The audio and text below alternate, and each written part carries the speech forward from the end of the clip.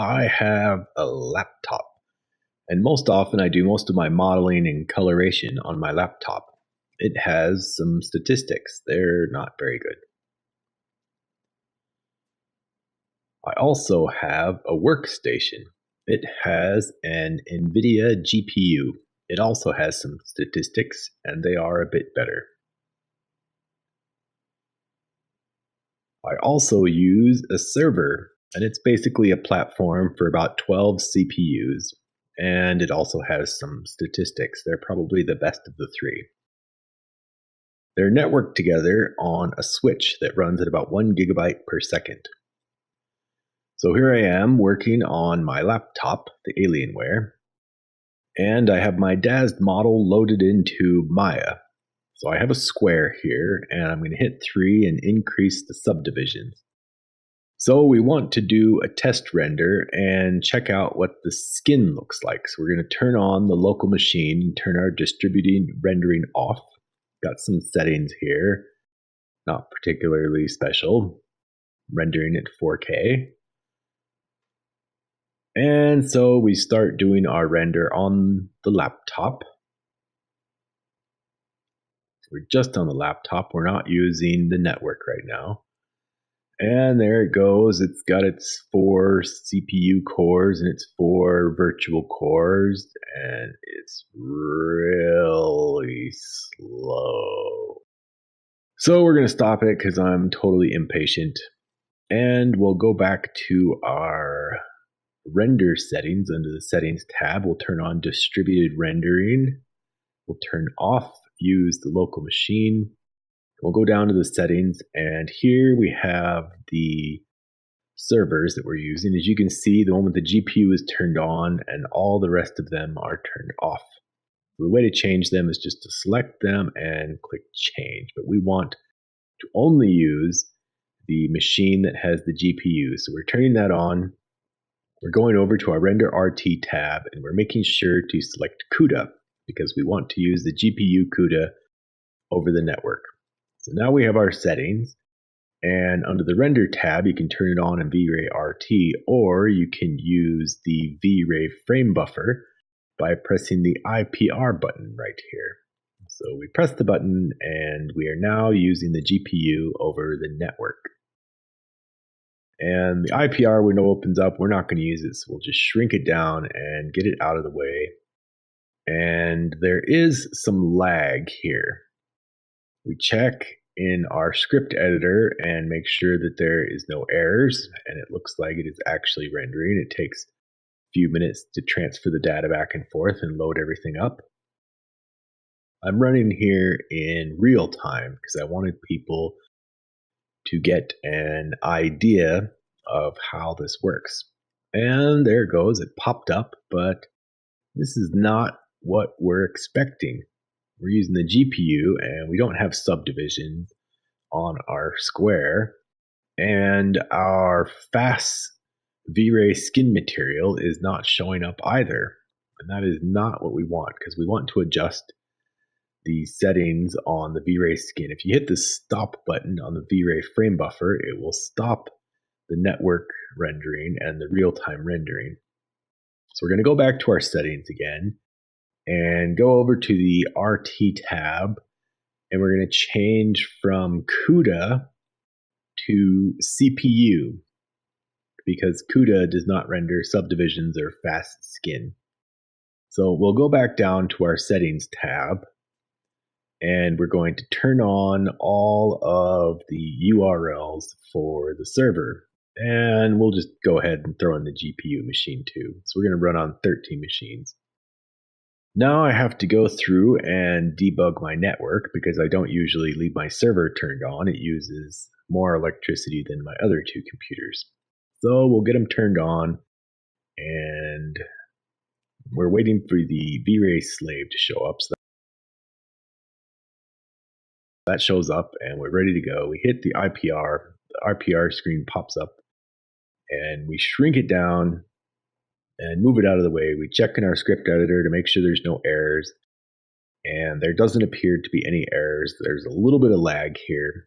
Like I said, I wanted to use a real-time render, because when you see an advertisement, they tell you that their equipment is really, really good. And when you see them showcasing the hardware or the software at like SIGGRAPH, they make it look like it's really, really awesome. And then you spend a ton of money and you get it home and it's not really that awesome. So these are the results you can expect if you're using a setup like mine. There you see it pops up, it takes about 18 seconds to transfer over the network. I could probably increase to, I know they sell 10 gigabyte switches now, but I'm using a 1 gigabyte switch. And it takes about 18 seconds to transfer over the network on the CPU render. And so that seems to be working pretty good. We have our subdivision surfaces and we have our fast skin material. So we can address the translucency and the transparency of our fast skin material, which is one of the hardest things to get correct. We can check our lighting. And as we do a rotation, you see it updates almost instantaneously. We're going to select the animation eye deformers here, make the eyes blink. And it doesn't do it right away, so we'll zoom in just a tad. And we notice it takes about 15 seconds for it to update on the render queue.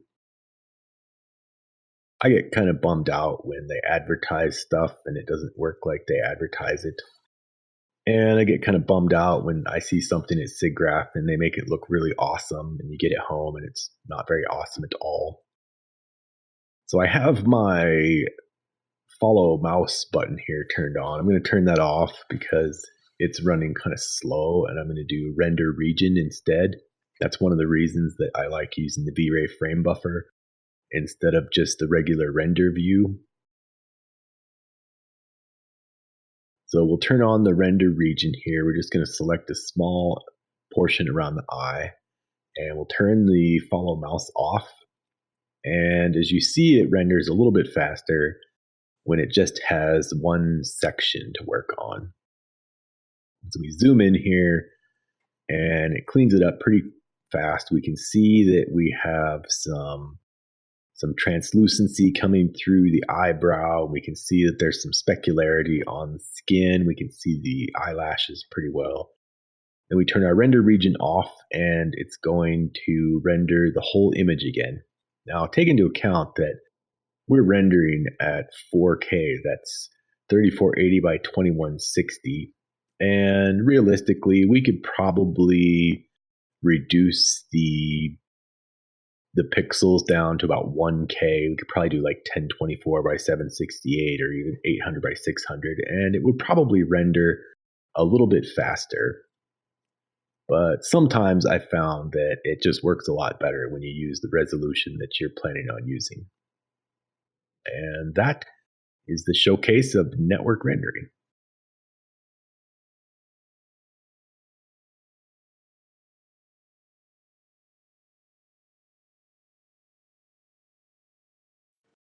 This is the scene that we're using to describe our big scenes. Now, it doesn't appear to be big, it's just one room.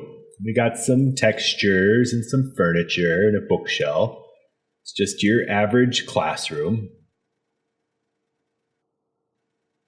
You would think that a big scene would be a description of the outside of the classroom. And here I have the outside of the classroom. I've been using this for a few years. You probably have seen it before. My trees are proxies. There's another video here you can watch if you want to know how to do that.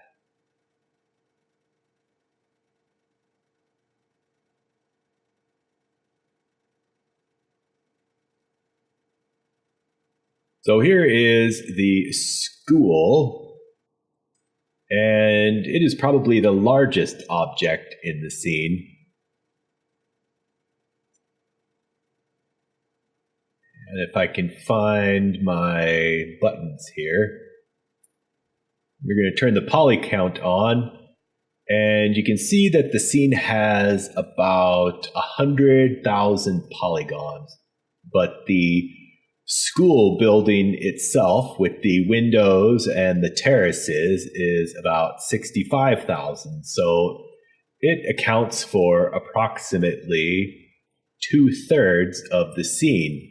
And if we turn it off, I can get some of this stuff out of the way. We'll zoom in on our shader group.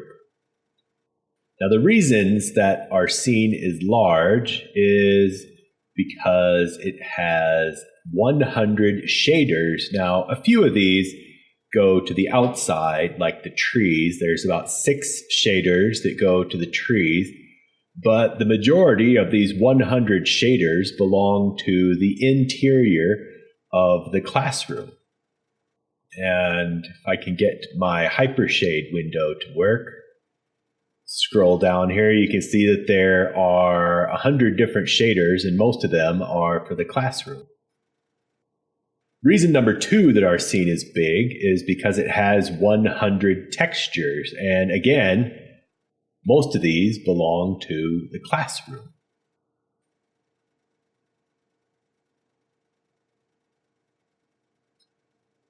So the third reason that our scene is big is if you look at these desks, they have 4 legs and 3 crossmember bars, and also a little cage for holding your books under the bottom. Now, each one of these tubular polygons casts a shadow, and there are about 90 of these tubes on the desk. Now, if we go to our top view, we can see our lights, and there are 9 ray traced lights in the scene. So 9 lights times 90 polygons makes 1,000 shadows for just the desk legs alone. So if we go into our render settings, you can find the vray frame buffer button on the Common tab. I really like that button. Lets you open up the vray frame buffer without actually doing a render, which allows you to get access to the history here. Now, if we look at the different renders I did, it took about an hour to do a render for each one of these ray traced shadows on just the legs of the desk. And you can see that they have 9 lights creating the shadows for each desk. Now, the different renders are for the subdivision levels of the shadows. Now, an 8 subdivision took 35 minutes, while a 16 took 40, and a 32 subdivision took 45 minutes. And if we compare them, you can see the difference, although it's kind of difficult to show this on a computer screen. There is actually some contrast between using the 8 subdivision levels and the 32 subdivision levels. If you look very close, you can see that the 8 subdivision levels are pixelated, while the 32 division sublevel are smooth. So kind of hard to see on a computer screen, but that is that. Now, if we go on to our settings here, we're going to move on to our next scene. You can see I've dumped all the shaders and all the textures. We're going to talk about baking textures, which is something that they use for video games, but we can use it for a regular render. As you can see, I have the floor selected, and it's just a single polygon plane. We want to go to the rendering menu, to the lighting and shading dropdown, and find assign a single vray bake options to selection. I've already done that. And if we open our bake options up, it's pretty much set to the default, except I have the power of 2 resolution turned off, and I've increased my image size to 2K. And the rest of the settings are at the defaults. Now, if we go to the vray website, you can see that they explain all of the different settings in detail, but I'm not going to go into that. Once we have our floor selected and we have the bake options, we want to go to the vray Common tab, and we will find our bake drop-down menu. So the first thing we're going to do is check the image directory, which can be adjusted under the Edit button. We just have it at the default, which is Images. And the next thing we want to do is turn on our bake options under the bake engine settings. At the default, it is set to none, but we're going to change it to texture baking. Then it gives you some options for the UV texture editor, which can be found under the window drop-down tab. We're going to select UVs and select the UVs for the floor and dim our image, and you can see that they are in the positive 1y and positive 1x on the grid, which is a little bit of trigonometry for you. Now, if you leave your options at default, your whole UV set has to be in the positive 1 and positive 1x on your grid. The next thing you'll notice is it has frame padding. Now, what frame padding does is it adds a few extra pixels on the outside of your map, because some programs actually go over the side of your map. And those are the settings for the baking engine settings on the common tab for vray. For the rest of my settings, I have the render viewport subdivision on. You have to have that turned on if you're using subdivs, and all my desks are subdivs. And I also have max ray intensity turned on. That helps cut down on the fireflies or the artifacts. And the rest of my settings are set to the default. The GI, I'm using a brute force set up to subdivs of 16.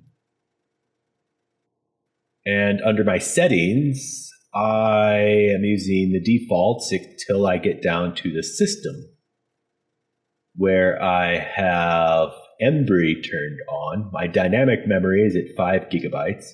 I'll go into Embry in a second. It only works on Intel processors. So the laptop I'm using has an i7, and that is compatible with Embry. It'll shave a few minutes off of your render time if you have an Intel processor. I'm also using distributed rendering. I'm rendering on my network with my Super Micro Cloud. And also, I have the transfer missing assets turned on under the system tab. For render elements, I have an ambient occlusion layer, but it's turned off, and we're not even going to mess with the RT tab. So there is a function that I'm looking for, and I can't seem to remember where it is. So you can watch me bumble through my render settings until I find it. And it's right here, don't render the final image. And if you turn that on, then it will just render directly to your image directory like a batch render, and it will not use the vray frame buffer. This is helpful when you're calculating your global illumination, but we're not going to use it right now. So I set up this scene as you see it last night to bake the texture for the floor, and I turned it on as I was leaving work last night, and I guess I'm going to go through my settings again. But Embry is a photorealistic renderer, and it only works on Intel, and 2 of my computers use Intel while one uses an AMD. So the Xenon and the Intel are both compatible with Embry. But as I'm going through my script editor, you can see that I left work about 4 p.m.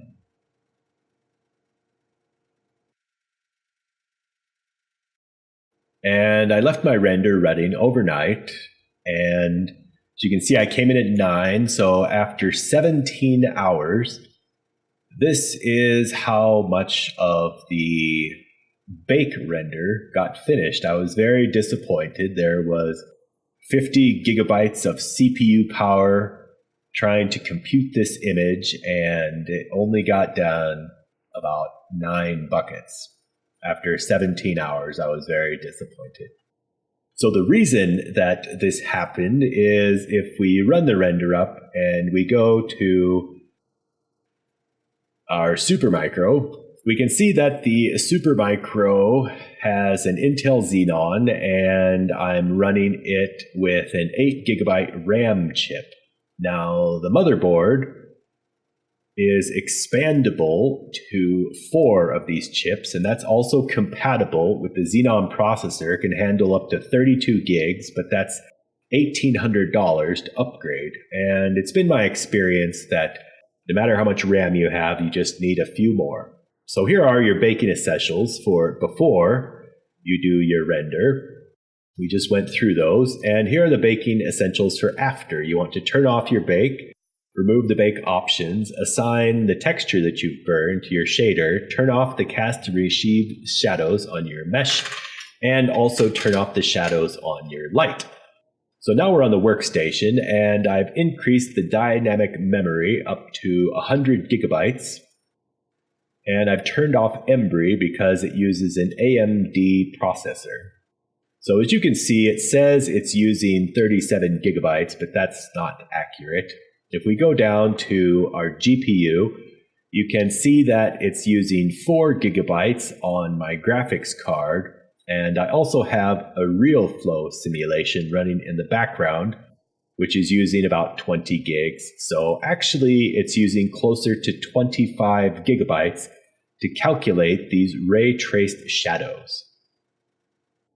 And as you can see, it's burning pretty fast. I've got about 5 minutes of film I sped up here.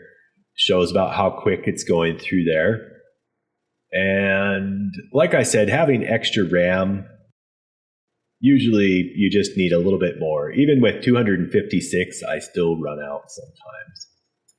So here you can see using a texture for the floor shadows, the difference is immediately noticeable. Previously, the network could barely burn out just the walls and the lights with 2 lights turned on, and it took 5 minutes and it wouldn't crash. But after we used the texture for the ceiling and the floor, it burned the same picture in 50 seconds. And if we look, you get about 8 times more. There's 7 more lights, and also I increased the subdivs to 32. So if we look at our 4K, it took about 5 minutes, and it still has some pretty nice smooth shadows on the floor and the ceiling. And once I added the outside in the background, it took about 8 minutes for just the floor and the ceiling. And if we zoom in, you can see we're getting some nice reflections off the glass, the shelf in the background, and you can see the trees through the glass. So this is a workable render. 8 minutes is something that you can use for production. Now, after we have assigned our texture, we want to go to our desk mesh and turn off the cast and receive shadows. Otherwise, it will try to calculate them again, and if we're using our laptop, it's going to crash. Now, in our vray light, we have lowered our subdivisions to 8, and we have turned off our shadows because we don't need them anymore. And if we select all of our lights and go up to Windows Rendering Editors, or General Attribute Spreadsheet, then we can go into the Shape Keyable tab, and about halfway down, we can see that it reflects that we have lowered our subdivisions to 8. And also under the Shape Keyable tab, after I get lost for a while, we'll see that the cast shadows is also turned off for the lights.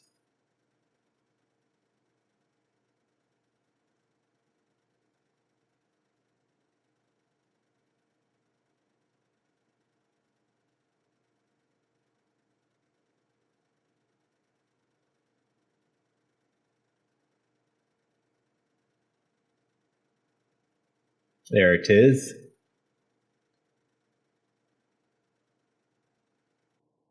So doing our final render with all of our geometry in the scene, here is a video of the workstation cranking through that with, again, using about 25 gigabytes of RAM. And I also did this same render on the network, and it took about 4 times as long. This render took about 1 hour, which is nice because when I started, it would just freeze up the network and it would sit there for 18 hours and do nothing. So being able to render my master beauty layer in about an hour was a major benefit to using the bake textures option. So there we have it. It's about an hour and 23 for our master beauty layer. And I'm also using linear.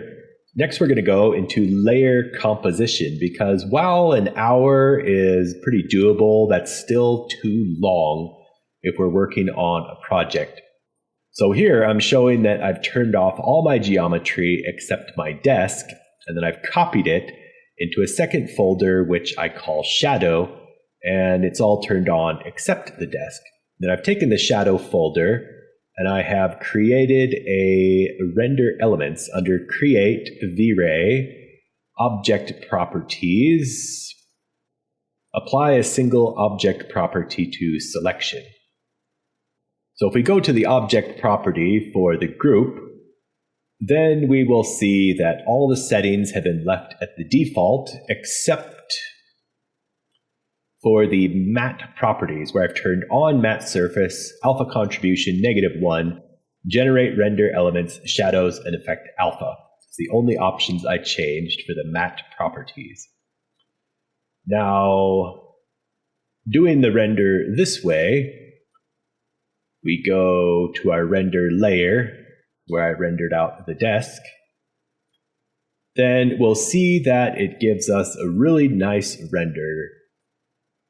Now the desks, this is before we used the bake texture, took about 18 hours, but it was capable of rendering this on the network. And we split the scene up into layers. So we started out with a sky layer, and then we did the tree layer.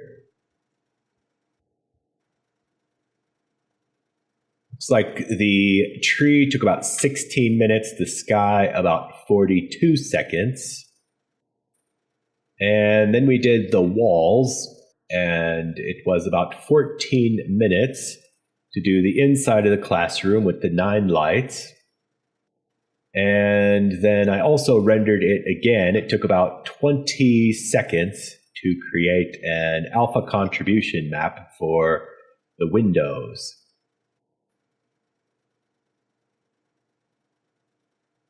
After that,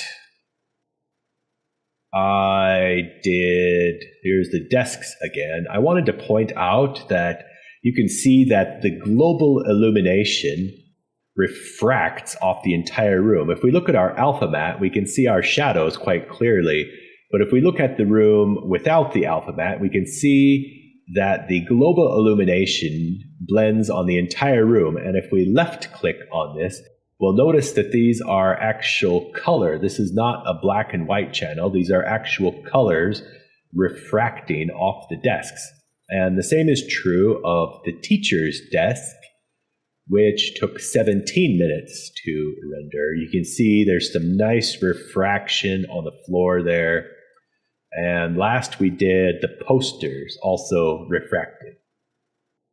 So once we got all of our render layers, and then the lights. The lights took about 16 minutes.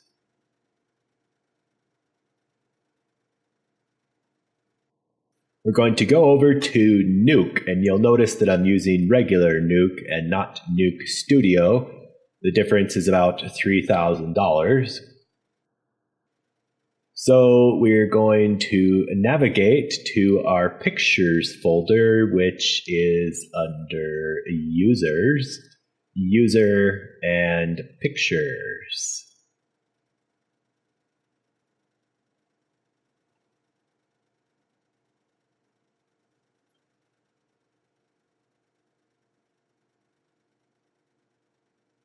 And we're going to upload our pictures. We're going to start out with the sky.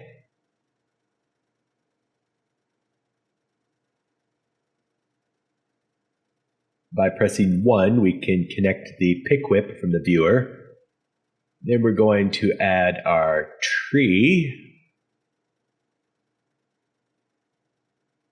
And we want to create a blend node. So we'll go under merge and merge.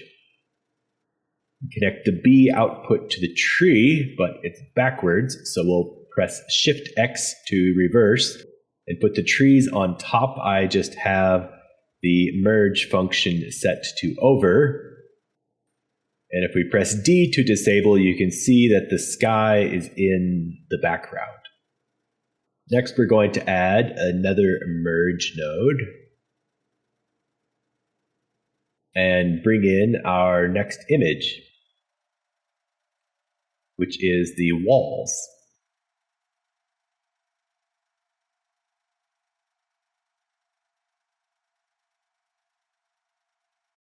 Again, pressing Shift X to make sure they are on the top.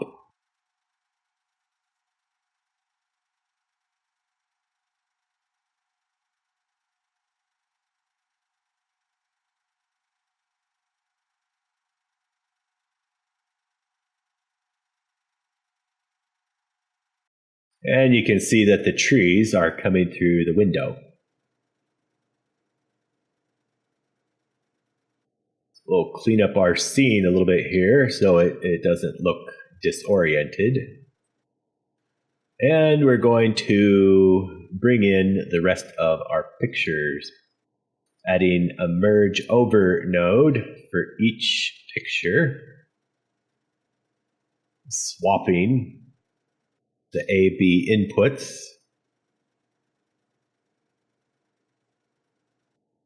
Now we're going to add our desk. We want to turn off sequence. There are 2 desks.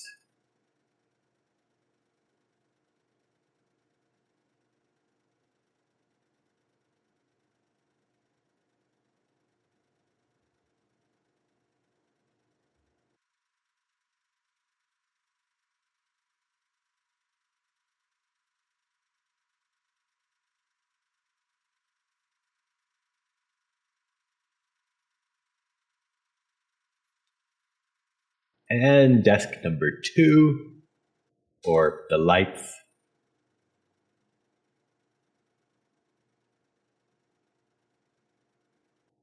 When we bring in the lights, we notice that they have the sky in the background.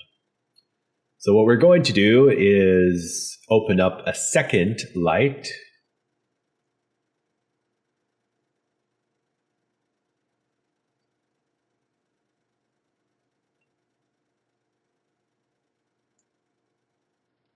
And we're going to add a shuffle node. Which is under channel shuffle.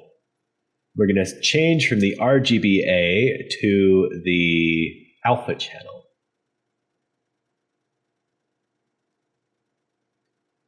Then we're going to connect the mask pick whip from the merge node to the shuffle, and that will mask out the sky in the background. By pressing Control, we can add a dot, and that will help keep our scene clean. We connect the pick whip to our shuffle node, we can see that it's just an alpha matte of the lights. Once again, pressing 1 to connect it to our merge node.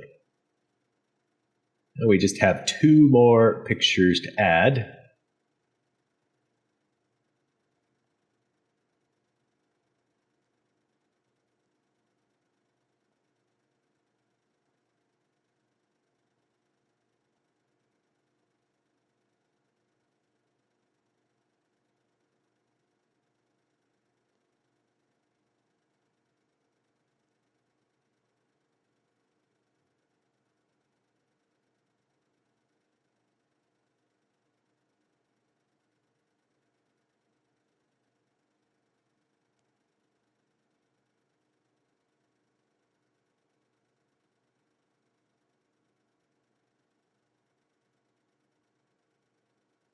And last, the poster.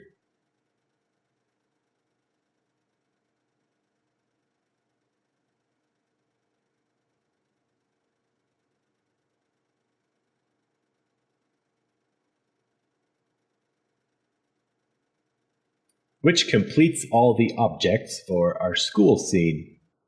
And it does look fairly realistic. The shadows on the lights are not accurate, but this was just a test run to see if I could get my large scene to render on my laptop.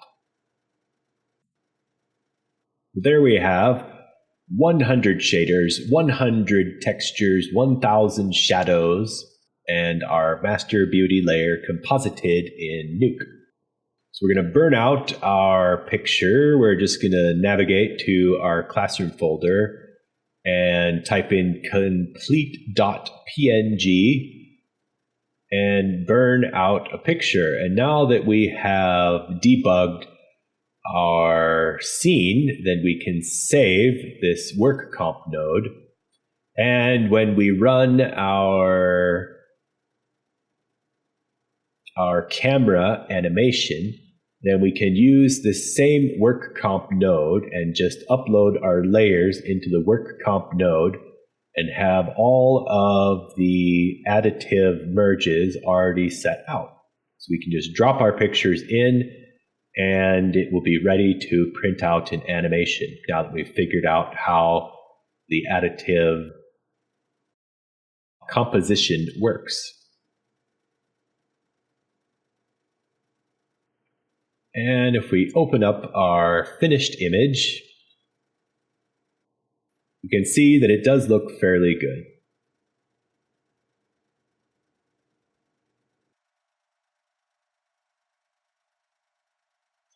Alternatively, I've noticed that the trees are kind of dark, and the reason for this is because V-Ray uses a 2.2 gamma, and sRGB doesn't really show that. So if you switch to linear, then you can see your 2.2 gamma correction that V-Ray uses, and it will lighten your picture up. However, being on the outside, you cannot really tell the difference at all.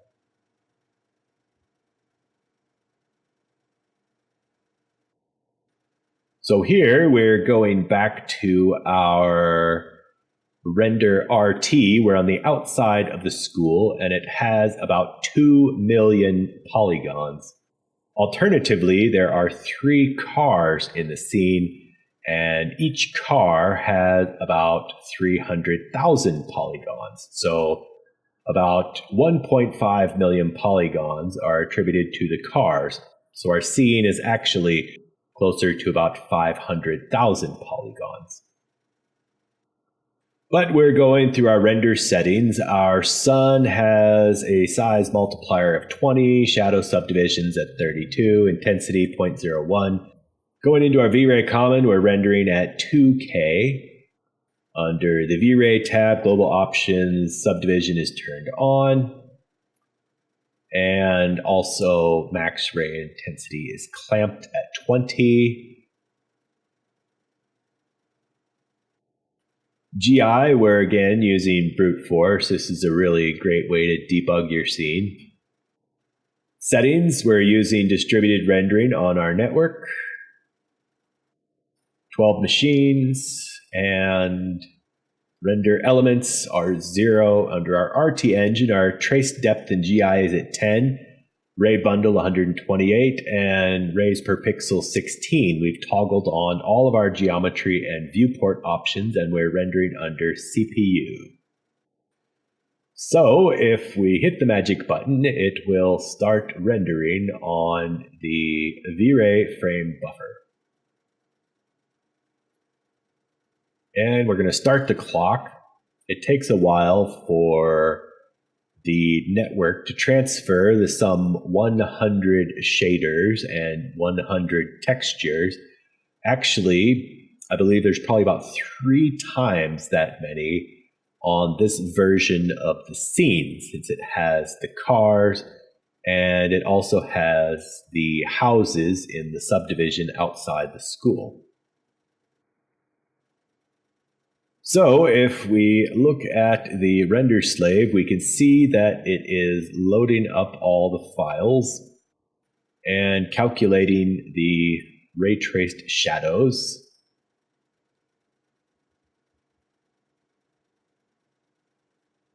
Also, a good way to debug is to use the output window for Maya, which will generally tell you if there is an error happening.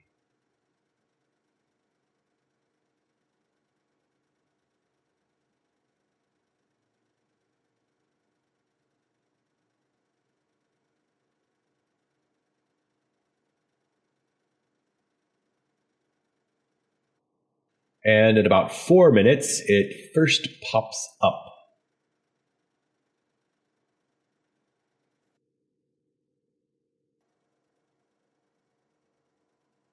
It seems that the vray RT, we just hit 1K at about 6 minutes, uses particles to identify the colors in the scene, which is similar to Visual SFM or MeshLab, which projects particles onto the scene to create a three-dimensional image. Not particularly impressed with it, but as you can see, even a small GPU like the one I'm using in my computer, which has 2 cards, pumping out 9 gigabytes and about 4,000 CUDA cores, is capable of doing a real time. There we just hit 2K at 13 minutes. We're capable of doing a real time render on this 2 million polygon scene. And it does seem to look pretty realistic. I don't know if I'd want to use this for a final render, but it definitely will give you an idea of your colors and your lighting profiles. And we just did a pan there. Took the computer about 2 minutes and 42 seconds to identify the camera move that we did.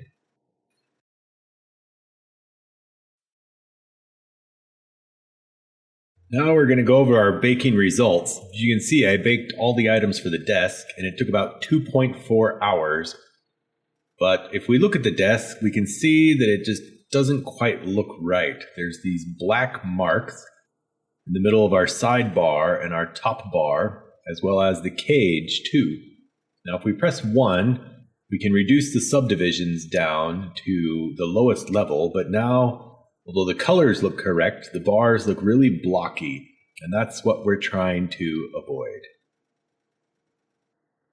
So we're going to select our sidebar and press Control D to duplicate. And we're going to rename it low for low poly. And then we're going to go back to the original sidebar and press 3 to increase the subdivision level. By pressing 4, we can go into wireframe. And we'll notice that the 2 edges on the middle of the sidebar are separated, where on the low poly they are lined up on the center where we want our definitive angle at.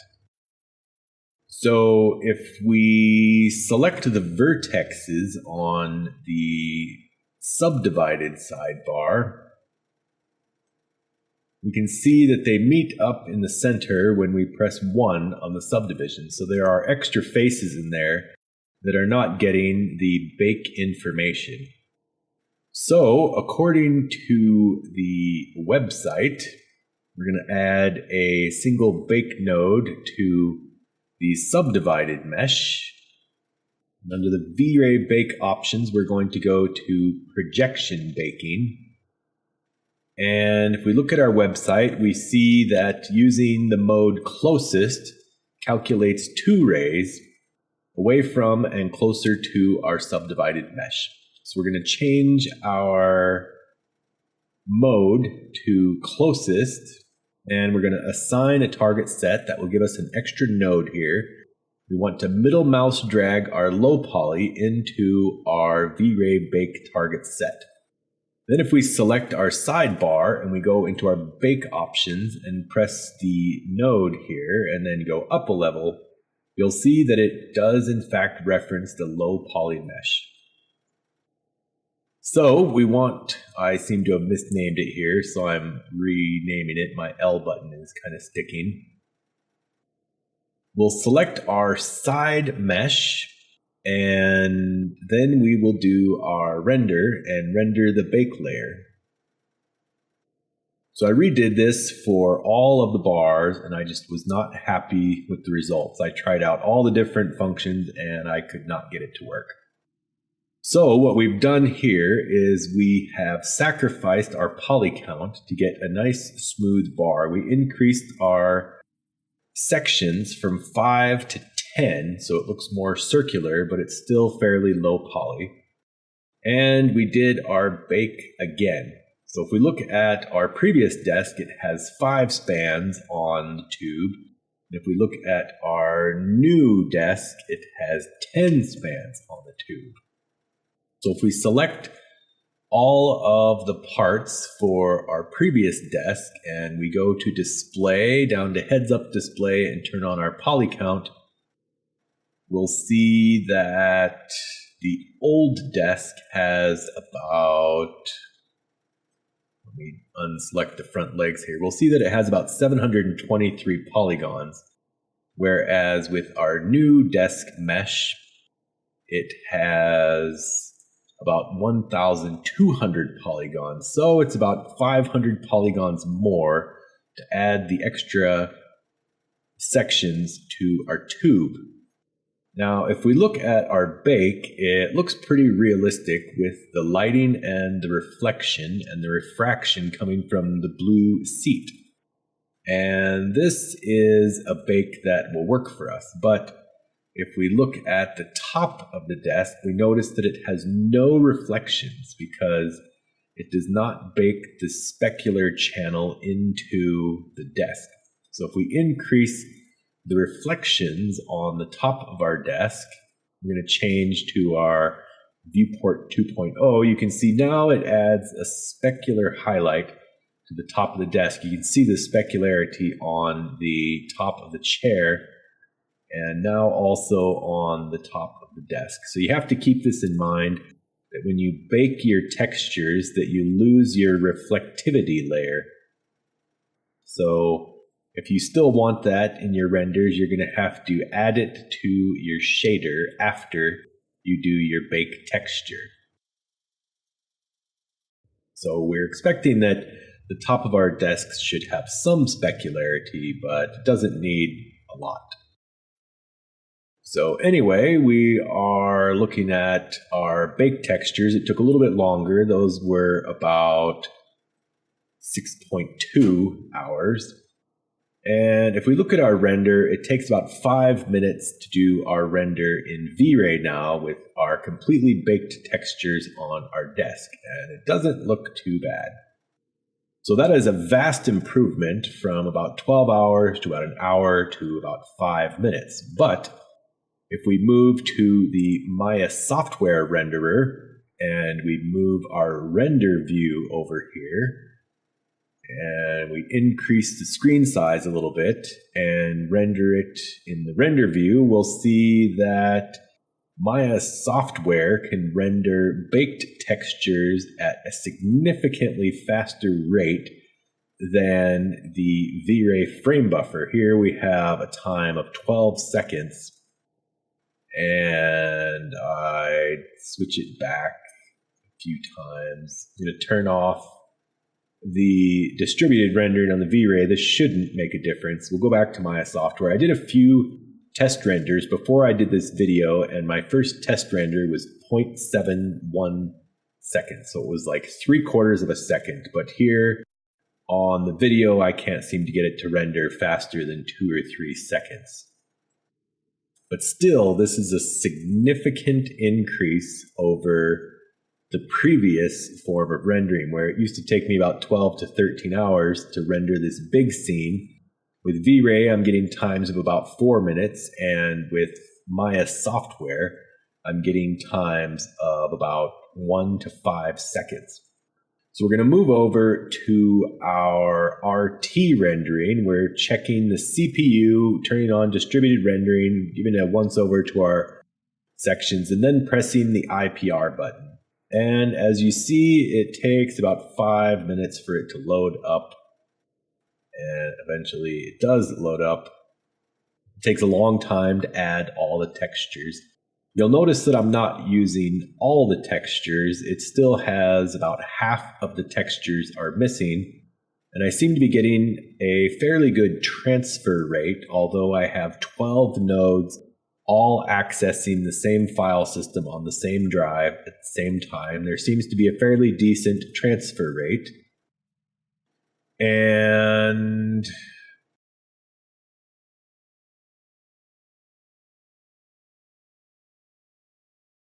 eventually it does actually load.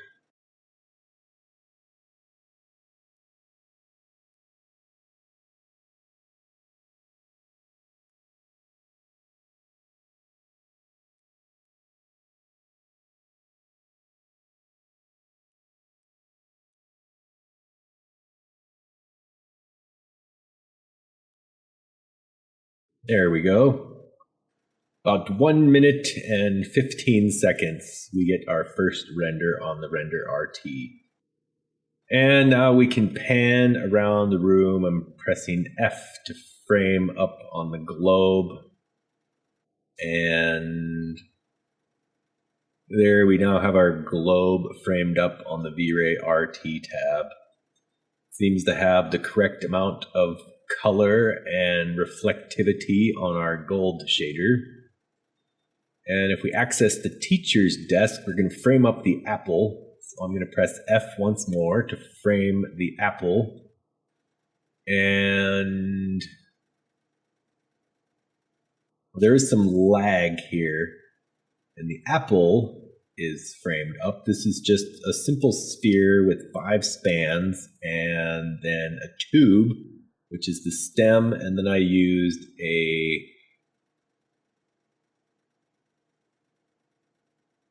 just a simple plane to do the leaf. So I'm looking at the apple and I forgot to turn the reflectivity on. So we'll give some reflectivity, make it really shiny. And it still just doesn't quite look right. It takes a while for it to load. And if we look at our shader, I just have a file plugged into the Apple shader, and it just doesn't quite look like it should.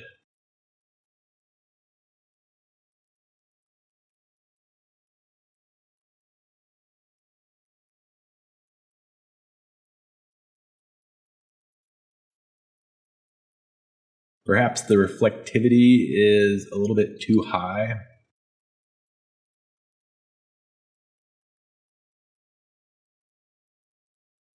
Getting some nice specular highlights from the lights overhead. So I decreased my glossiness to about 6.5. That should make it more of a blend. And then I decreased the reflection to about 1/4. We don't want our apple to be too shiny. And if we look at our texture, it just doesn't seem to look right.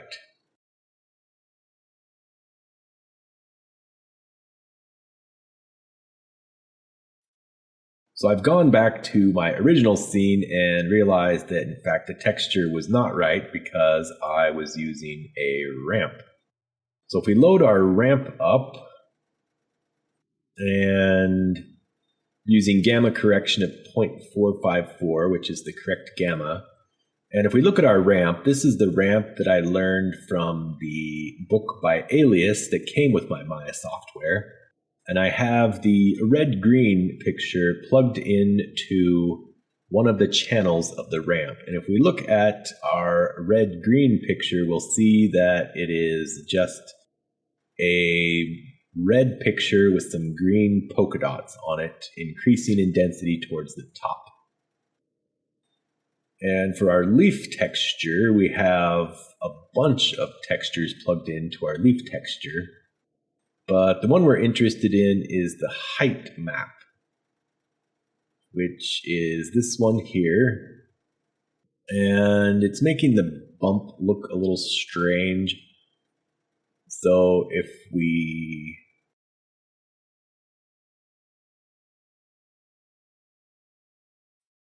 here I'm going over, we have the diffuse color, the opacity map, and the specularity is mapped into the reflection glossiness. And then if we go down to the bump, the normal map is plugged into the map, and the height map is plugged into the bump multiplier. We have our normal map in object space. This is for the leaf. And as far as the stem, we just have this kind of earthy stick picture plugged into it. Looks like a branch of some kind. I think that's from the Onyx collection.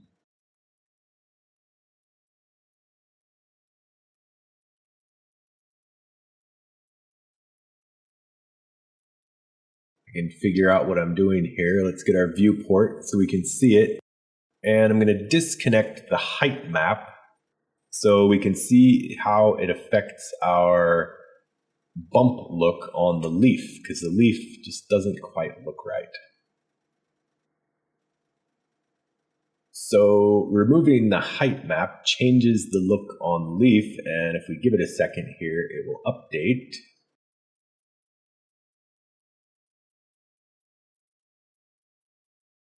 Hopefully. I just haven't had very good luck with RT at all. Not the only thing I use it for is checking the density of my lights. Once I get my light value set correctly, I really don't use it anymore.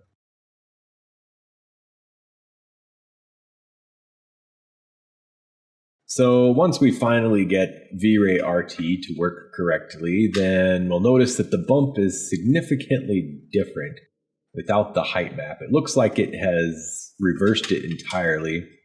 So we'll drop it down to 0.2 for our bump height. And that's a little bit too low. So we'll increase it to about 0.5.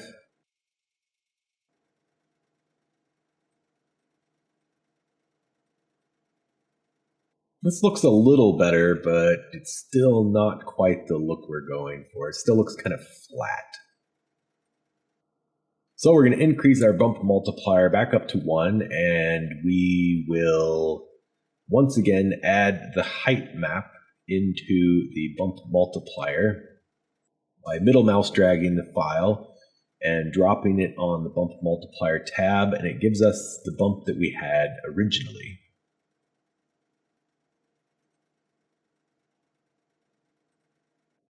And that pretty much wraps up my section on using the different render techniques with vray.